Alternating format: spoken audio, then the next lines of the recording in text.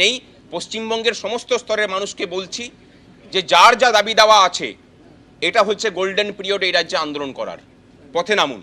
শুধু এসআইআরটা কোনো ইস্যু নয়, এসআইআরটাকে ইস্যু বানানো হয়েছে, এটা একটা পদ্ধতি, নির্বাচন কমিশনের একটা পদ্ধতি। বাকি ইস্যুগুলো থেকে দৃষ্টি ঘোরানোর জন্য এই জায়গাটাকে এত ফোকাস করা হচ্ছে। রাজ্যের যে বেকারত্বের সমস্যা, শিক্ষা স্বাস্থ্যের পরিকাঠামো ভেঙে পড়া, রাজ্যের সার্বিক পরিকাঠামো ভেঙে পড়া, এই সমস্ত কিছুগুলো থেকে দৃষ্টি ঘুরিয়ে দেওয়ার জন্য এই কাজ করা হয়েছে। আসুন সকলে মিলে লড়াই করি। এই রাজ্যটাকে সঠিক পথে ফেরাতে হবে, রাজ্যটাকে বাঁচাতে হবে, এবং সেই রাজ্য বাঁচানোর একটা লড়াইয়ের প্রথম জয় হলো সুপ্রিম কোর্টে আজকে।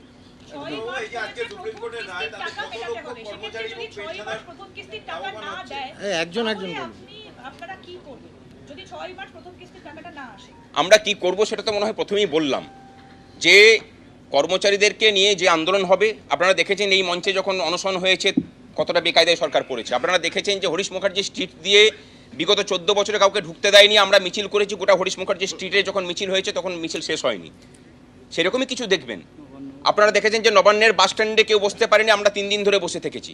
আপনারা যা দেখবেন সেটা নতুন ইতিহাস হবে, কর্মচারী আন্দোলনের ইতিহাসে এবং রাজ্যের আন্দোলনের ইতিহাসেও। এই রায়ে কত লক্ষ কর্মচারী এবং পেনশনার উপকৃত হচ্ছেন আজকের এই রায়ের? মোটামুটি 12 লক্ষ স্থায়ী কর্মচারী এবং পেনশনার এর ফলে উপকৃত হবেন। এবং এর সাথে বলে রাখি যে এই যে ডিএ, 1% ডিএ বাড়লে অস্থায়ী কর্মচারীদের দৈনিক মজুরিতে 6 টাকা বৃদ্ধি হয়। বুঝতে পেরেছেন? তাহলে এই যে 25%, আমার মনে হয় যে অস্থায়ী কর্মচারীদের জন্য আমাদের লড়াই জারি থাকবে। যে তাহলে ওই যে পিরিয়ড আর কি, সংশ্লিষ্ট যে সময়কাল, সেই সময়কালের মধ্যে অস্থায়ী কর্মচারীরা যে কম বেতন পেয়েছেন তাদেরও হওয়া উচিত।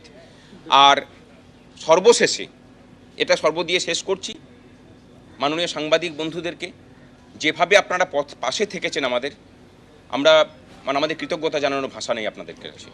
আমরা কোনো দলীয় রাজনীতিতে বিলং করি না, নিজেদের অধিকারের লড়াইটা নিজেরা লড়ছি। তার পাশে আপনারা যেভাবে দাঁড়িয়েছেন এটা প্রমাণ করে যে পশ্চিমবঙ্গ তথা ভারতের প্রেস মিডিয়ার ভূমিকা নিয়ে বিভিন্ন যে প্রশ্ন ওঠে, সেই প্রশ্নগুলোকে খণ্ডন করার জন্য মনে হয় এই আন্দোলনে আপনাদের যে ভূমিকা সেটুকুই যথেষ্ট। দেখুন, আশার তারাই করেন যখন দয়ার দানের ব্যাপার থাকে। এটা কোনো দয়ার দান নয়। আশা আবার কি? আশা উনি সুপ্রিম কোর্টের রায়কে মানবেন কিনা সেটা মাননীয় মুখ্যমন্ত্রীকে ঠিক করতে হবে। গতকালকে উনি সুপ্রিম কোর্টে নিজে গিয়েছিলেন প্লিড করতে। যে প্রতিষ্ঠানে আপনি গেলেন সেই প্রতিষ্ঠানটার মান মর্যাদা আপনি রাখবেন কিনা সেটা আপনি ঠিক করবেন।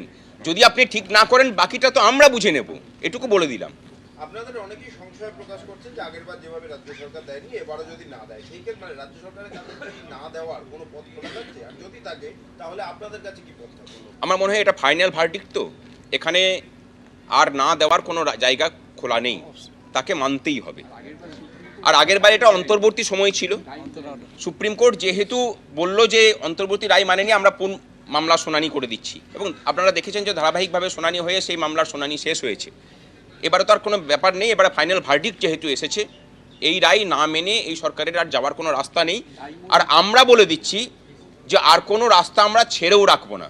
যেদিক দিয়ে পালাবার পথ উনি খুঁজবেন সেই সমস্ত রাস্তা আমরা বন্ধ করে রাখবো।